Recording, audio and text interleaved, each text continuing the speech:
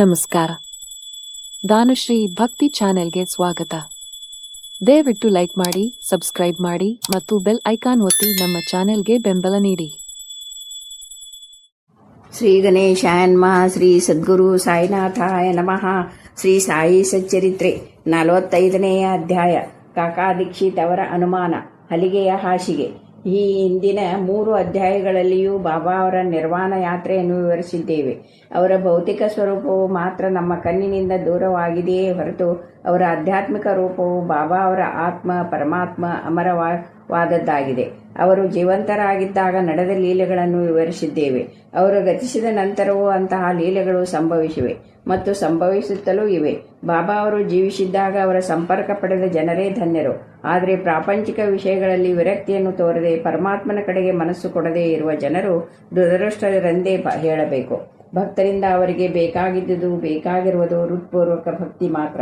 ನಮ್ಮ ಇಂದ್ರಿಯಗಳು, ಅವಯವಗಳು ಮತ್ತು ಮನಸ್ಸು ಬಾಬಾ ಅವರ ಸೇವೆಯಲ್ಲಿ ನಿರತರಾಗಿರಬೇಕು. ಕೆಲವು ಅವಯವಗಳನ್ನು ಪೂಜೆಗೆ ನೇಮಿಸಿ ಇನ್ನಿತರ ಅವಯವಗಳನ್ನು ಬೇರೆ ಕಡೆಗೆ ಹರಿಸಬಾರದು. ಪೂಜೆ ಮತ್ತು ತಪಸ್ಸು ಮಾಡುವಾಗ ನಾವು ಹೃತ್ಪೂರ್ವಕವಾಗಿ ತ್ರಿಕರಣ ಶುದ್ಧಿಯಿಂದ ಮಾಡಬೇಕು. ಧರ್ಮಪತ್ನಿಯು ತನ್ನ ಪತಿಯಲ್ಲಿ ಇಟ್ಟ ಪ್ರೇಮವನ್ನು ಶಿಷ್ಯನಿಗೆ ಗುರುವಿನಲ್ಲಿ ಇರುವ ಪ್ರೇಮಕ್ಕೆ ಹೋಲಿಸಬಹುದಾಗಿದೆ. ಮಾತಾಪಿತರಾಗಲಿ, ಸಹೋದರರಾಗಲಿ ಅಥವಾ ಬಂಧುಗಳೇ ಆಗಲಿ ನಮ್ಮ ಜೀವನದ ಗುರಿಯಾದ ಆತ್ಮಜ್ಞಾನವನ್ನು ಪಡೆಯಲು ಸಹಾಯಕರಾಗಲಾರರು. ನಮ್ಮ ದಾರಿಯನ್ನು ನಾವೇ ಹಾಕಿಕೊಂಡು ಆತ್ಮಜ್ಞಾನವನ್ನು ಪಡೆಯಬೇಕು. ನಿತ್ಯಾನಿತ್ಯಗಳನ್ನು ವಿಚಾರ ಮಾಡಿ ಪ್ರಾಪಂಚಿಕ ಸುಖಭೋಗಗಳನ್ನು ತ್ಯಜಿಸಿ ಇಂದ್ರಿಯ ನಿಗ್ರಹ ಶಕ್ತಿಯನ್ನು ಗಳಿಸಿ ನಾವು ಮುಕ್ತಿ ಮಾರ್ಗ ಹಿಡಿಯಬೇಕು. ಇತರರಿಗೆ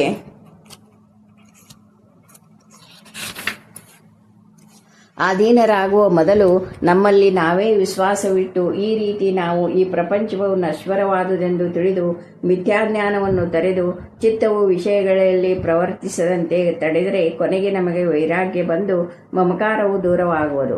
ಈ ವಿಧಾನದಿಂದ ಬ್ರಹ್ಮವಾಸನೆಯು ಉಂಟಾಗಿ ಆ ಬ್ರಹ್ಮನೇ ಗುರು ಎಂದು ಅರ್ಥವಾಗುತ್ತದೆ.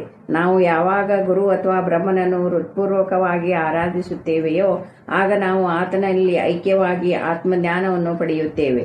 ಸಂಕ್ಷಿಪ್ತವಾಗಿ ಹೇಳುವುದಾದರೆ, ಗುರುವಿನ ನಾಮಸ್ಮರಣೆಯಿಂದಲೂ ಅವನ ಧ್ಯಾನದಿಂದಲೂ ನಾವು ಸಕಲ ಜೀವರಾಶಿಗಳಲ್ಲಿಯೂ ಅವನನ್ನು ಕಾಣುವಂತಾಗಿ ನಮಗೆ ನಿತ್ಯ ಆನಂದವು ದೊರಕುತ್ತದೆ.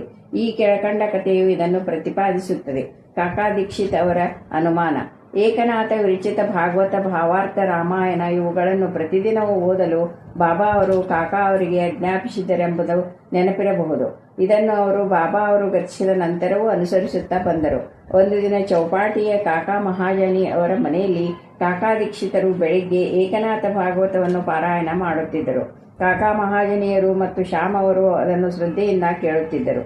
ಆ ಅಧ್ಯಾಯದಲ್ಲಿ 11ನೆಯ ಸ್ಕಂದ, ಅಧ್ಯಾಯ 2, ಕವಿ, ಹರಿ, ಅಂತರಿಕ್ಷ, ಪ್ರಬುದ್ಧ, ಪಿಪ್ಪಲಾಯನ, ಅವಿರ್ಹುರೋತ್ರ, ದ್ರುಮಿಲ, ಚಮಸ ಮತ್ತು ಕರಭಾಜನರೇ ಮೊದಲಾದ ನವನಾಥರು ಜನಕರಾಜನಿಗೆ ಭಾಗವತದ ಧರ್ಮತತ್ವಗಳನ್ನು ವಿವರಿಸುತ್ತಿದ್ದರು.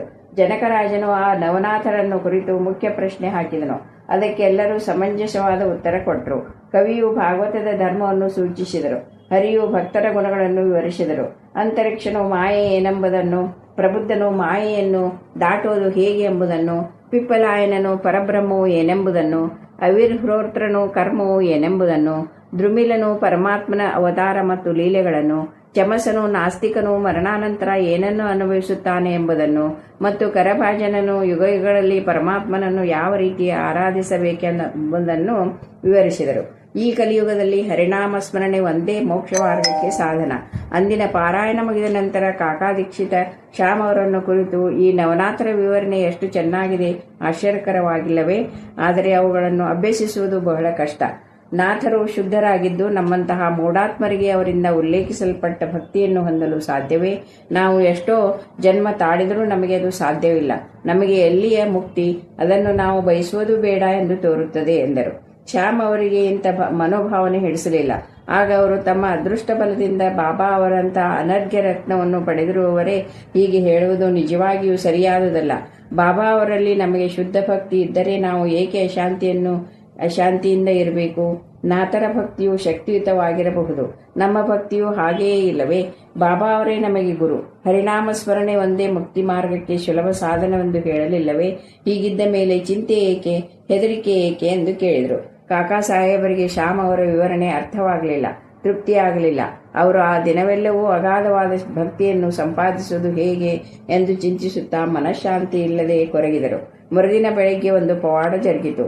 ಆನಂದರಾವ್ ಪಾಖಾಡೆ ಎಂಬುವರು ಶ್ಯಾಮ್ ಅವರನ್ನು ಹುಡುಕಿಕೊಂಡು ಅವರ ಕಡೆಗೆ ಬಂದರು. ಆಗ ಭಾಗವತ್ ಪಾರಾಯಣ ನಡೆದಿತ್ತು. ಪಾಖಾಡೆಯವರು ಶ್ಯಾಮ್ ಅವರ ಹತ್ತಿರ ನಿಂತು ಏನೋ ಪಿಸುಗುಟ್ಟಿದರು. ಅವರು ಮೆಲ್ಲನೆ ತಮ್ಮ ಕನಸನ್ನು ವಿವರಿಸುತ್ತಿದ್ದರು. ಈ ಕಿವಿಮಾತನ್ನು ಕೇಳಿ ಕಾಕಾ ಸಾಹೇಬರು ಪಾರಾಯಣ ನಿಲ್ಲಿಸಿ ಅದೇನೆಂದು ಕೇಳಿದರು. ಆಗ ಶ್ಯಾಮ್ ಅವರು, ನಿನ್ನೆ ನೀವು ಒಂದು ಅನುಮಾನವನ್ನು ವ್ಯಕ್ತಪಡಿಸಿರಲಿಲ್ಲವೇ? ಅದಕ್ಕೆ ವಿವರಣೆ ಇಲ್ಲಿದೆ. ಪಾಖಾಡೆಯವರಿಗೆ ಬಾಬಾ ಅವರು ಕನಸಿನಲ್ಲಿ ಹೇಳಿದುದನ್ನು ಅವರೇ ಹೇಳುತ್ತಾರೆ. ಗುರುವಿನ ಚರಣಗಳಿಗೆ ನಮಸ್ಕಾರ ಮಾಡುವುದು ಅಥವಾ ಆರಾಧನೆ ಮತ್ತು ಭಕ್ತಿ ಇಷ್ಟೇ ಸಾಕೆಂದು ಹೇಳುತ್ತಾರೆ ಎಂದರು. ಪಾಖಾಡೆ ತಮ್ಮ ಕನಸನ್ನು ಈ ರೀತಿ ವಿವರಿಸಿದರು. ನಾನು ಸಾಗರದಲ್ಲಿ ನಿಂತಿದ್ದೆ. ಬಾಬಾ ಕೂಡಲೇ ಕಾಣಿಸಿಕೊಂಡರು. ಅವರು ರತ್ನಖಚಿತವಾದ ಸಿಂಹಾಸನದ ಮೇಲೆ ಕುಳಿತಿದ್ದರು. ಚರಣಗಳು ಮಾತ್ರ ನೀರಿನಲ್ಲಿ ಇದ್ದವು. ನಾನು ಅತ್ಯಾನಂದದಿಂದ ಸಂತುಷ್ಟನಾದೆನು. ಆ ದೃಶ್ಯ ಕಣ್ಣಿಗೆ ಕಟ್ಟಿದಂತಾಗಿ ಮರೆಯಲಾರದಾಗಿದೆ. ಅದು ಕನಸೆಂದು ನಾನು ಭಾವಿಸಿರಲಿಲ್ಲ. ಶ್ಯಾಮ್ ಅವರು ಕುತೂಹಲದಿಂದ ಅಲ್ಲೇ ನಿಂತಿದ್ದರು. ಅವರು ನನ್ನನ್ನು ಕುರಿತು ಬಾಬಾ ಅವರ ಚರಣಕ್ಕೆ ಎರಗು ಎಂದರು. ನಾನು ಹೌದು, ನಮಸ್ಕಾರ ಮಾಡಬೇಕೆಂದಿದ್ದೇನೆ. ಏನು ಮಾಡಲಿ? ಅವರ ಚರಣಗಳು ನೀರಿನಲ್ಲಿವೆ. ನನ್ನ ಮಸ್ತಕವನ್ನು ಹೇಗೆ ಅವರ ಹಿಡಿದಾವರೆಗಳಲ್ಲಿಡಲಿ ಎಂದೆನು. ಆಗ ಶ್ಯಾಮ ಅವರು, ಓ ದೇವಾ, ನೀರಿನಲ್ಲಿರುವ ನಿಮ್ಮ ಚರಣಗಳನ್ನು ಮೇಲಕ್ಕೆತ್ತಿರಿ ಎನ್ನಲು ಬಾಬಾ ಅವರು ಕೂಡಲೇ ತಮ್ಮ ಚರಣಾರವಿಂದಗಳನ್ನು ಮೇಲಕ್ಕೆತ್ತಿದರು. ಸ್ವಲ್ಪವೂ ನಾನು ತಡಮಾಡದೆ ಪಾದಗಳನ್ನು ಹಿಡಿದುಕೊಂಡು ನಮಸ್ಕರಿಸಿದೆನು. ಇದನ್ನು ನೋಡಿ ಬಾಬಾ, ಈಗ ಹೊರಡು, ನಿನ್ನ ಅಭಿಷ್ಟವು ಸಿದ್ಧಿಸುತ್ತದೆ. ಭಯ ಮತ್ತು ಕಾತುರತೆಯನ್ನು ಬಿಡು ಎಂದು ಹೇಳಿ ಆಶೀರ್ವದಿಸಿದರು. ಮುಂದುವರೆದು, ನನ್ನ ಶ್ಯಾಮನಿಗೆ ಜರಿ ಅಂಚಿನ ಧೋತರವನ್ನು ಕೊಡು, ನಿನಗೆ ಒಳ್ಳೆಯದಾಗುತ್ತದೆ ಎಂದು ಹೇಳಿದರು. ಬಾಬಾ ಅವರ ಆಜ್ಞೆಗನುಸಾರವಾಗಿ ಪಾಖಾಡೆಯವರು ಧೋತರವನ್ನು ಕೊಂಡು ತಂದು ಶ್ಯಾಮ್ ಅವರಿಗೆ ಕೊಡಬೇಕೆಂದು ಅವರ ಕೈಗಿತ್ತರು. ಆದರೆ ಶ್ಯಾಮ್ ಅವರು, ಬಾಬಾ ಅವರು ಸ್ವೀಕರಿಸೆಂದು ಹೇಳುವ ತನಕ ನಾನು ಸ್ವೀಕರಿಸುವುದಿಲ್ಲ ಎಂದರು. ಕೆಲವು ಕಾಲದ ಚರ್ಚೆಯ ನಂತರ ಕಾಕಾ ಅವರು ಚೀಟಿ ಹಾಕಲು ನಿರ್ಧರಿಸಿದರು. ಅನುಮಾನ ಬಂದಾಗ ಚೀಟಿ ಹಾಕಿ ಅದರಲ್ಲಿ ಒಂದನ್ನು ಎತ್ತಿ ಬಂದ ಉತ್ತರದಂತೆ ನಡೆಯುವುದು ಕಾಕಾ ಅವರ ವಾಡಿಕೆಯಾಗಿತ್ತು. ಒಂದು ಚೀಟಿಯನ್ನು ಸ್ವೀಕರಿಸು ಎಂದು, ಮತ್ತೊಂದರಲ್ಲಿ ನಿರಾಕರಿಸು ಎಂದು ಬರೆದು ಮಡಿಚಿ ಬಾಬಾ ಅವರ ಫೋಟೋದ ಮುಂದೆ ಇಟ್ಟು ಒಂದು ಮಗುವಿನ ಕೈಯಿಂದ ಚೀಟಿ ಎತ್ತಿಸಲಾಯಿತು. ಅದರಲ್ಲಿ ಸ್ವೀಕರಿಸು ಎಂದಿತ್ತು. ಧೋತರವನ್ನು ಶ್ಯಾಮ್ ಅವರಿಗೆ ಕೊಟ್ಟರು. ಶ್ಯಾಮ್ ಅವರು ಸಂತೋಷದಿಂದ ಅದನ್ನು ಸ್ವೀಕರಿಸಿದರು. ಈ ರೀತಿ ಆನಂದರಾವ್ ಮತ್ತು ಶ್ಯಾಮ ಇಬ್ಬರು ಆನಂದಭರಿತರಾದರು. ಕಾಕಾ ಸಾಹೇಬರ ಅನುಮಾನ ಪರಿಹಾರವಾಯಿತು. ಈ ಕಥೆಯು ಇತರ ಸಂತರ ವಾಣಿಯನ್ನು ಗೌರವಿಸುವಂತೆ ಹೇಳುವುದಲ್ಲದೆ ಅದೇ ಸಮಯದಲ್ಲಿ ನಮ್ಮ ಮಾತಿನಲ್ಲಿ ನಾವು ಅಚಲ ವಿಶ್ವಾಸ ಇಡಬೇಕೆಂಬುದನ್ನು ಬೋಧಿಸುತ್ತದೆ. ಗುರುವಿನ ನಮ್ಮ ಯೋಗಕ್ಷೇಮ ವಿಚಾರ ಇತರರಿಗಿಂತ ಹೆಚ್ಚಾಗಿ ತಿಳಿದಿರುವುದರಿಂದ ಅವರ ಉಪದೇಶಗಳನ್ನು ನಾವು ಪಾಲಿಸಬೇಕು. ಈ ಪ್ರಪಂಚದಲ್ಲಿ ಅನೇಕ ಸಂತರಿದ್ದಾರೆ, ಆದರೆ ನಮ್ಮ ನಿಜವಾದ ಗುರುವೇ ತಂದೆ. ಬೇರೆಯವರು ಅನೇಕ ಹಿತವ ವಚನಗಳನ್ನು ಹೇಳಬಹುದು, ಆದರೆ ನಮ್ಮ ಗುರುವಿನ ಮಾತನ್ನು ಮಾತ್ರ ಎಂದಿಗೂ ನಾವು ಮೀರಬಾರದು. ಅಂದರೆ ನಾವು ನಮ್ಮ ಗುರುವನ್ನು ಮನಃಪೂರ್ವಕವಾಗಿ ಪ್ರೀತಿಸಬೇಕು, ಅವರಲ್ಲಿ ಸಂಪೂರ್ಣ ಶರಣಾಗತರಾಗಿರಬೇಕು, ಅವರ ಮುಂದೆ ಭಕ್ತಿಯಿಂದ ನಮಸ್ಕರಿಸಬೇಕು. ಹೀಗೆ ಮಾಡಿದರೆ ಸೂರ್ಯನ ಮುಂದೆ ಕತ್ತಲು ಹೇಗೆ ಇರಲಾರದೋ ಹಾಗೆ ನಿಮ್ಮ ಮುಂದೆ ಯಾವ ಸಂಸಾರ ಸಾಗರವೂ ಇರಲಾರದು ಎಂದು ಹೇಳಿರುವ ಬಾಬಾ ಅವರ ವಚನಗಳು ನಮ್ಮ ಹೃದಯದಲ್ಲಿ ನೆಲೆಗೊಳ್ಳುತ್ತವೆ. ಹಲಿಗೆಯ ಹಾಸಿಗೆ. ಮೊದಮೊದಲು ಬಾಬಾ ಅವರು 4 ಮೊಳ ಉದ್ದ, 1 ಮೊಳ ಅಗಲ, ಸುತ್ತಲೂ 4 ಮೂಲೆಗಳಲ್ಲಿ ಪನತಿ ಉರಿಯುತ್ತಿದ್ದ ಕಟ್ಟಿಗೆಯ ಹಲಿಗೆಯ ಮೇಲೆ ನಿದ್ರಿಸುತ್ತಿದ್ದರು. ಕೊನೆಗೆ ಆ ಹಲಿಗೆಯನ್ನು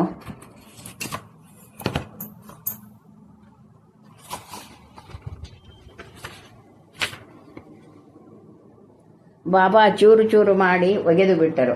10ನೇ ಅಧ್ಯಾಯ ನೋಡ್ರಿ. ಒಂದು ಸಾರಿ ಬಾಬಾ ಅವರು ಆ ಹಲಿಗೆಯ ಮಹತ್ವವನ್ನು ಕಾಕಾ ಅವರಿಗೆ ವಿವರಿಸುತ್ತಿದ್ದರು.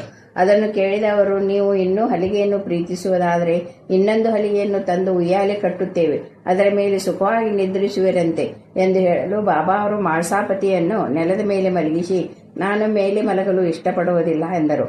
ನಂತರ ಕಾಕಾ ಅವರು ಮಾಳ್ಸಾಪತಿಯವರಿಗೂ ಒಂದು ಹಲಿಗೆ ಕೊಡಿಸುತ್ತೇನೆ ಎಂದು ಹೇಳಲು ಬಾಬಾ ಅವರು, ಅವನು ಹಲಿಗೆಯ ಮೇಲೆ ಹೇಗೆ ನಿದ್ರಿಸಬಲ್ಲನು? ಹಲಿಗೆಯ ಮೇಲೆ ಎತ್ತರದಲ್ಲಿ ಮಲಗೋದು ಅಷ್ಟು ಸುಲಭವಲ್ಲ. ಯಾರು ಸದ್ಗುಣ ಪರಿಪೂರ್ಣರೋ ಅಂಥವರು ಮಾತ್ರ ಹಲಿಗೆಯ ಮೇಲೆ ನಿದ್ರಿಸಬಲ್ಲರು. ಅವರು ಯಾವಾಗಲೂ ಜಾಗೃತ ದೃಷ್ಟಿ ಹೊಂದಿದವರಿರಬೇಕು. ನಾನು ನಿದ್ರೆ ಹೋಗುವಾಗ ನನ್ನ ಹೃದಯದ ಮೇಲೆ ಕೈಯಿಟ್ಟು ನಾನು ಹರಿನಾಮ ಸ್ಮರಣೆ ಮಾಡುತ್ತಿರುವುದನ್ನು ಗಮನಿಸುತ್ತಿರು. ನಿದ್ರಿಸಿದಾಗ ನನ್ನನ್ನು ಎಚ್ಚರಿಸು ಎಂದು ನಾನು ಮಾಳ್ಸಾಪತಿಗೆ ಹೇಳುತ್ತೇನೆ. ಅವನಿಂದ ಅದೂ ಸಾಧ್ಯವಿಲ್ಲ. ಅವನೇ ನಿದ್ರೆಯಿಂದ ತೂಕಡಿಸುತ್ತಾನೆ. ನನ್ನ ಹೃದಯದ ಮೇಲಿನ ಅವನ ಕೈಗಳು ಕಲ್ಲಿನಂತೆ ಭಾರವಾಗಿರುತ್ತವೆ. ಭಗತ್ ಎಂದು ನಾನು ಕೂಗಿದಾಗ ಮಾತ್ರ ಅವನು ಎಚ್ಚೆತ್ತು ಕಣ್ಣು ತೆರೆಯುತ್ತಾನೆ. ಹೀಗೆ ನೆಲದ ಮೇಲೆ ಸರಿಯಾಗಿ ನಿದ್ರಿಸಲಾಗದೆ ನಿದ್ರಾದೇವಿಯ ಗುಲಾಮನಾಗಿರುವ ಅವನು ಹಲಿಗೆಯ ಮೇಲೆ ಅದು ಎತ್ತರದಲ್ಲಿ ಹೇಗೆ ನಿದ್ರಿಸಬಲ್ಲನು ಎಂದರು. ಅನೇಕ ಸಾರಿ ಬಾಬಾ ಅವರು ಭಕ್ತರ ಮೇಲಿನ ಪ್ರೀತಿಯಿಂದ ಯಾವುದು ನಮ್ಮದೋ ಅದು ನಮ್ಮೊಡನೆ ಇರುತ್ತದೆ, ಇತರರದು ಅವರವರ ಹತ್ತಿರ ಇರುತ್ತದೆ ಎಂದು ಹೇಳುತ್ತಿದ್ದರು. ಶ್ರೀ ಸಾಯಿ ಪ್ರಣಾಮ.